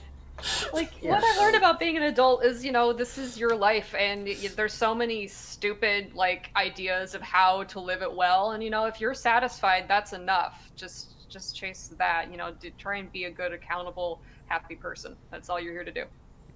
Yeah, so there are also a couple of other things to consider. For example, scope. Don't try to make, like, this is a bit of a gaming, like a video game developer, what do you call it, metaphor, simile, or whatever. Don't try to make an MMORPG as your first game. And I think everybody understands what that means, even if it's not directly related to webcomics, right? Don't try to make the most amazing, mind-blowing, just like $1 million thing as your first project. You should have told me that 2 years ago. Second thing is keep what you have made. I do this all the time now. Not to go too much back into what I do with game development, but when I write down just random ideas, I think I have 5 different summaries of game intros, and none of them work, but they're all decent, and all bits and pieces of them can be used in the future, and you can do that with your adventures too. If you're working on, say, Act 8, you can look at that back in the past when Act 8 was originally made. All of these things, it was good, and a lot of people had issues with it. But despite, you look at it now, like, what would have happened if they had just deleted Act 8 And now Momo comes along several years later and thinks, hey, man, I really wish I could have continued working on Act 8 without having to have redone everything that they had already done. You might not have had what you have now, right? Yeah, keep things. You could always learn something new from revisiting something you wrote years ago, and like looking at it and going, "Oh, well, now this is how I would do it differently." And even if you do want to work on a big project, a way you can still make that useful or feasible is I'm looking at it now as the little mini games I'm coding or the little like mini animations I'm doing. Those are all small projects that teach me something new, so they're still useful to me. And they are like I'm not trying to code the most complex thing the first thing off. I'm starting in like small little approaches to larger, more complex skills I want to learn. So that's another way. Like make a stairway for wherever you want to get to.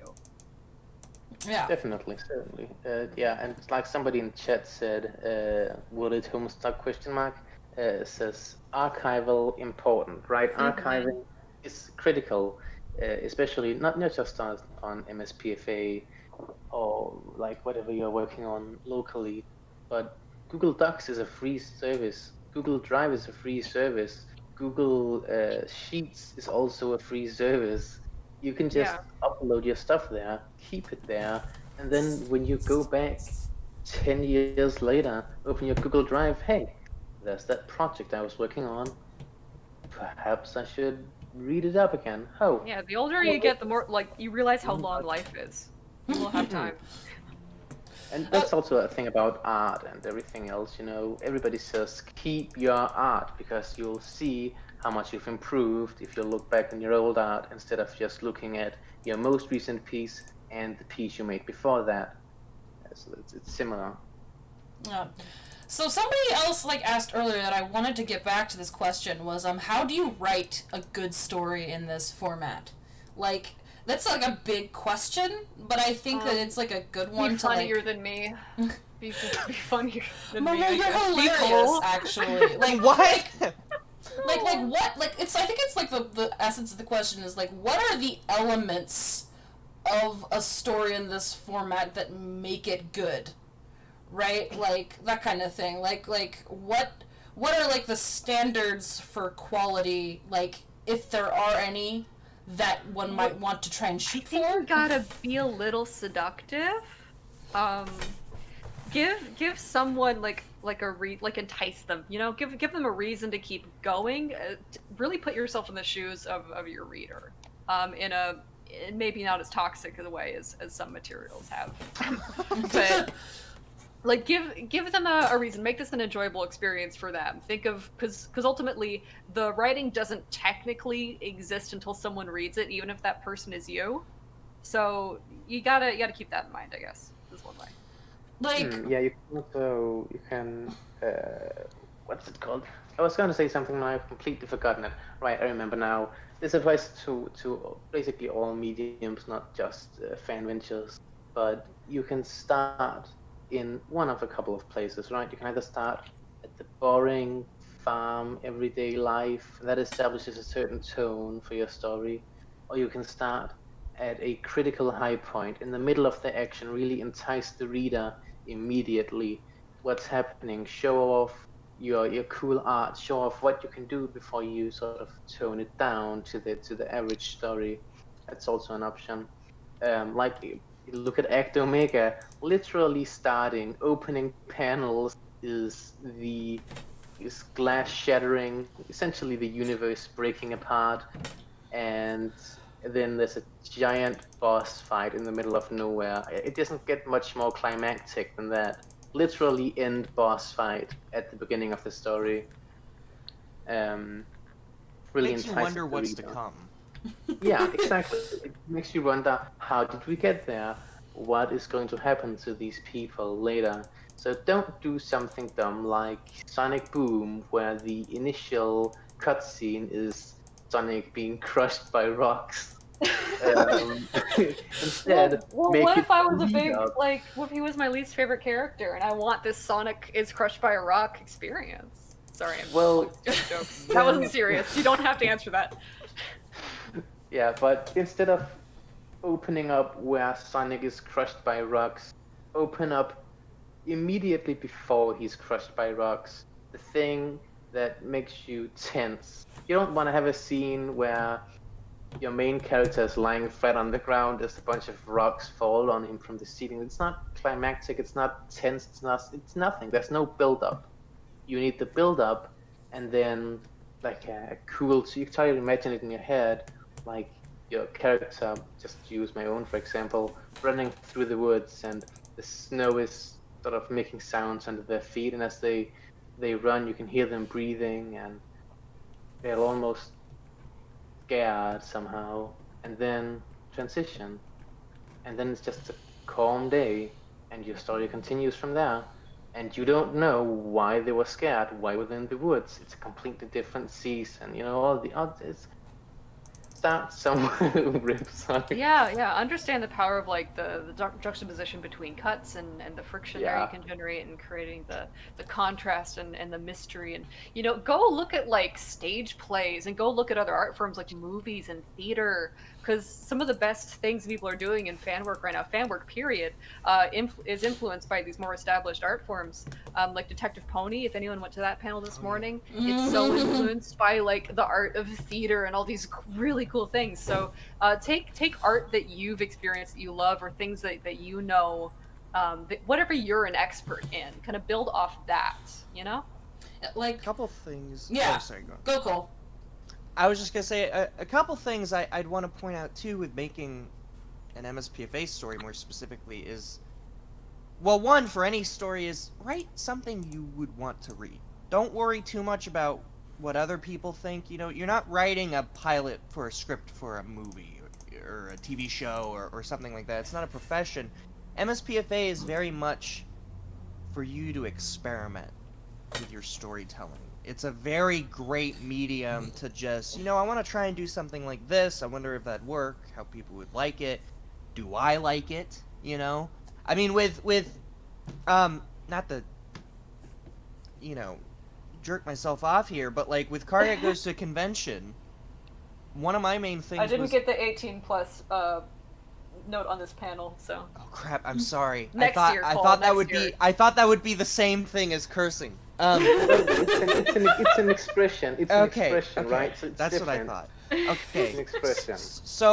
So one thing, like, I wanted to see how would people like it with subverting expectations with like crazy stuff, like with Homestuck, you know? Because this starts off with thinking like, oh, this is gonna be like some comic where he just makes fun of the fandom, which is like, yeah. And then you get a lot of people who thought I was being edgy or I was, you know, being a dick or something. And, you know, and then out of nowhere, Jack comes in, kills everyone, a bunch of people are appearing and shit, and it's completely different. And yet at the end of the day... Spoilers. oh, well, yeah, spoilers. At the end of the day, though, their first assumption, the joke is that the first assumption of, I'm just making fun of the fandom, completely accurate. I'm still doing that. It's, you know, it's funny to just, you know, if you have, like, a goal in mind, which is to, let me just see what people would think of this. Great, you know, do it. I came in wondering how people would think of a funny story like this. I get both sides of the people hating and loving my comic. And it's hilarious because I'm not on any of the sides. I hate all of them. I don't hate all of them. I don't hate Oh my anyone. gosh. You know what I mean, though. It's like you know, I do know what you mean. have your own mindset. Don't think too much about everyone's opinions, except if it's, you know, critiques that you'd want to listen to, and have fun doing what you want to do. Make something you want to read, and that's really all I think should be going into any Yeah. storytelling, really. I as like long as how- it's not a profession. All the fans in Karkat Goes to Convention are drawn like kind of crude and ugly, but like in this fun way. But it's also really loving. It's like, yes, this is us, and we're owning it. Like, yes, this Yeah. is what it's like to be a Homestuck. This is us, and you know what? It's fine. That's Kinda, the thing. actually. I see. I did that on purpose because spoilers. A lot of people thought that I was just gonna have the cosplayers like die or something because I'm a dick. But no, they group up. They fight shit. You know, I didn't make them look ugly because I hate people. I It's am just because so like ready for the bad girl we're redemption human. arc. Oh, I am here for it. I am excited for that too. But yeah, like I wish people stopped assuming my character too much, but then I'm like, well, I assumed Andrew's character a lot. I assumed a lot of shit with that. So I think, you know, when you're making a comic, and hey, if you make a comic and it gets popular, sometimes just like don't just listen accept to many people's people. feelings. Like Yeah. they have to work on the information they have, and then extrapolation is what people have to do just to get through life. So just accept their feelings, and if you can, reach across the aisle. Like there are people that were really mad at me about some of the Vriska flashes in there, but as I was able to explain to them, no, I love this character. She's very important to me. This flash wasn't to try and say that she's a terrible person and I'm going to kill her off or whatever. It was just literally funny. So yeah, like, and then they were totally understanding. Like, it's really fine. Never escalate. It's not worth it for a Homestuck comic. Yeah. Yeah. And I just wanted to add in a few of my own points. Like, mainly, like, one, I do think that ultimately what the key to making a good story in this medium is making something that you want to read. Like, that is genuinely, like, the number one thing. And the other thing I think is to like make something that you want to read, but have it be like, have an idea of what you want that thing to be. Like have an idea, at least even just like a vague one of like what you want your story to be, what you want it to say, what you want like the core sort of feeling of the experience to be. And it doesn't even it's not even necessarily what makes it unique or anything, just what you want it to be, and then make sure that when you're making every part of that, you check back in with your like your core feeling for what you wanted your thing to be, and like, does this fall in line with that? And is this something that I would want to see? Then put it in. That's probably fine. And find your people. Like, find your creative coworkers that you have, you know, you can just touch base with, and so you aren't reliant on this parasocial thing with a bunch of internet strangers who aren't accountable to you. Yeah, that too. There were other questions. There were other like we can do like one or two more questions. Yeah, because I think I'm gonna go until 3, because then I have to prep for 8, and I'm all by myself, so I'm scared.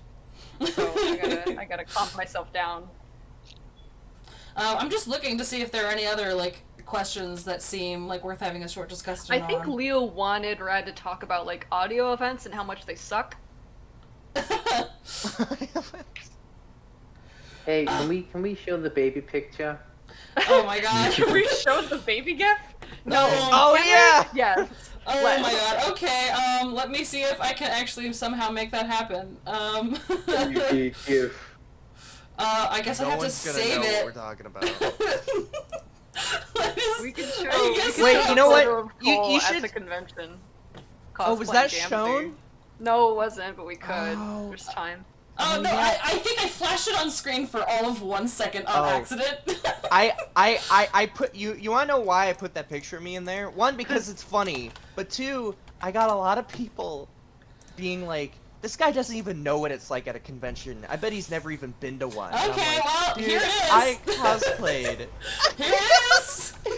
2014. Bring it up. Bring it up. There it is. Show it. Show it. It's on screen.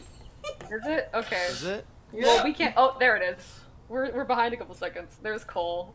Uh-oh. Yeah. There he is. I don't see There's it. our Homestuck boy. Fantastic. So lovely. How horrifying. I've had such a great time on this panel today. Thank you, everybody. Thank Okay, you, and audience. now I'm gonna get the baby gif. Now I'm getting the baby gif. Hang Yeah, on. baby Hang gif. on. Bro, and the name of the other. 1 second. I'm gonna get everybody's name so I can thank them by name. There it is.